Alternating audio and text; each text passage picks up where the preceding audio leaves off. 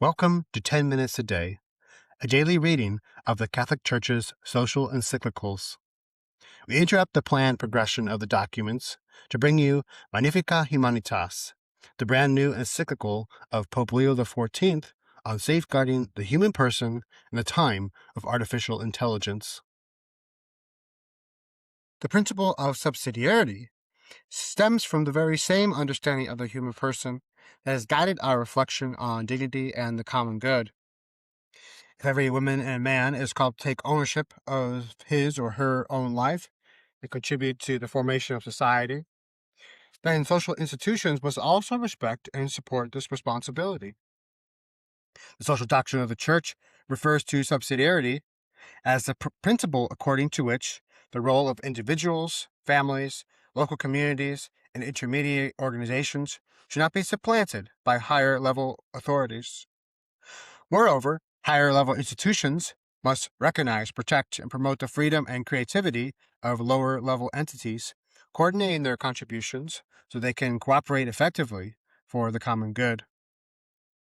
Starting with Leo XIII and the beginnings of modern social teaching, the Church has insisted that neither the individual nor the family should be subsumed by the state, but should be allowed to act freely, as far as possible, without harming the common good. St. John Paul II took up and developed this perspective, noting that the political community is at the service of civil society and that the state must protect the common good, intervening when necessary, but without permanently supplanting the responsibilities of intermediary organizations and social institutions. Subsidiarity does not justify the state's disengagement, but rather guides its actions.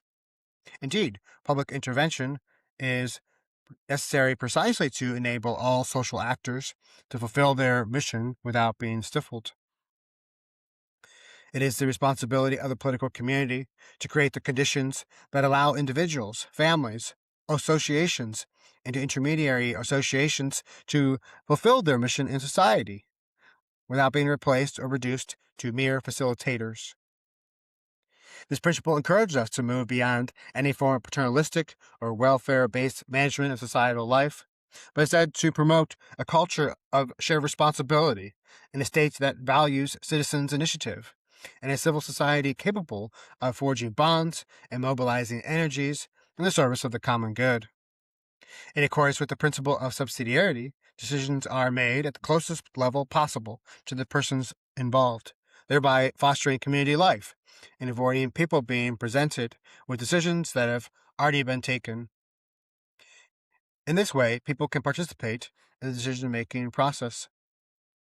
When families, associations, local communities, volunteer organizations, and those in the so-called third sector are recognized and supported, social life becomes more accessible to people, services become more attuned to real needs, and solutions are more creative and respectful of the dignity of each person. The principle of subsidiarity applies especially in the context of the digital revolution. Here, the highest level is not the state, but rather major economic and technological actors that exercise de facto power over the conditions of everyday life. This level, which monopolizes expertise, data, and decision-making authority, involves companies and platforms that define conditions for access, rules of visibility, forms of interaction, and even economic opportunities.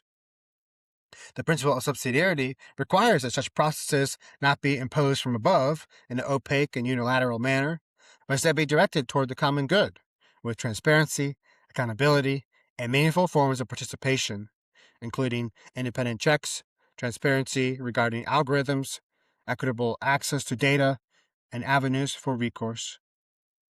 In this context, states and transnational institutions are called to ensure fair rules and effective safeguards so that local communities, intermediate organizations, schools, universities, religious institutions, and associations have a voice and can contribute to the discernment of choices that affect people's daily lives, such as employment, access to services, data management, and digital environments.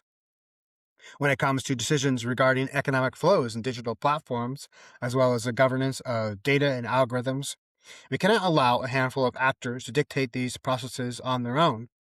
Instead, we must build forms of cooperation that respect the various levels of the global community and make them jointly responsible for the common good. Having considered the common good and subsidiarity, I would like to reflect on the principle of solidarity. This emerges from a vision of the human person generated by faith, namely, that every human being is created in the image of God and is part of a network of relationships that bind him or her to others, to specific populations, and to creation. St. Paul VI observed that the obligations of solidarity, justice, and charity are rooted in the human and supernatural fraternal bonds that unite individuals and populations. Fraternity is not merely an aspiration of believers, but is a social and political reality to be embodied in communal choices and endeavors. Solidarity, then, is the concrete recognition that the future of each individual is connected to the future of all. Indeed, no one is saved alone. The close link between subsidiarity and solidarity thereby becomes evident. When subsidiarity is not linked to solidarity, it ends up becoming merely the protection of particular interests. When solidarity is not supported by subsidiarity, it degenerates into a form of welfare that does not foster responsibility.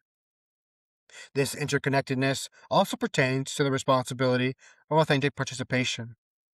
Solidarity is expressed when each person, both individually and collectively, takes part in the life of the community by staying informed, engaging with others, making their voice heard, and contributing to public decisions and choices, while also assuming real responsibility so that the common good is achieved through shared decision-making.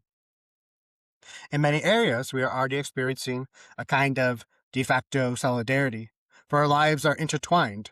Digital networks connect people and communities across the world in real time, and global economies and communications mean that events in one place have a far-reaching impact. This network of relationships, however, only constitutes solidarity in the fullest sense of the word when it becomes a conscious choice. Faith invites us to see this reality as a call. We are not merely neighbors to one another, but entrusted to each other, so that each of us may take responsibility, as best we can, for the lives and wounds of our brothers and sisters. Solidarity arises precisely when we decide not to remain indifferent to what happens to our neighbor, but instead to transform unavoidable bonds, economic, cultural, and technological, into paths of sharing, cooperation, and mutual care, embracing the idea of thinking and acting in terms of community. The Church's social teaching emphasizes that solidarity is both a principle and a virtue. As a principle, it expresses the objective order of relationships among individuals, groups, and peoples, pointing to the awareness of interdependence, whereby the good of each person depends on the good of others. As a virtue, it requires a firm and persevering determination to strive for the common good, with particular attention to those most in need. For this reason, it requires a modest and shared way of life, the ability to forego immediate benefits in order to create opportunities for others in the future, and a willingness to challenge habits and privileges, including those related to digital consumption and the use of technology, when they prevent others from living with dignity. In a world marked by increasingly close connections between peoples, communities, and nations, solidarity also takes on a global dimension. Benedict XVI strongly emphasized the link between development, justice, and responsibility toward future generations, stating that authentic development requires solidarity and intergenerational justice, as well as an awareness of the bonds that unite us to the natural environment. Today, this responsibility also extends to digital and information infrastructure. Like the natural environment, the digital ecosystem can be preserved or exploited, shared or monopolized. Solidarity demands that decisions regarding data, algorithms, platforms, and artificial intelligence take into account not only the immediate benefit for a few, but also the impact on all peoples and on future generations.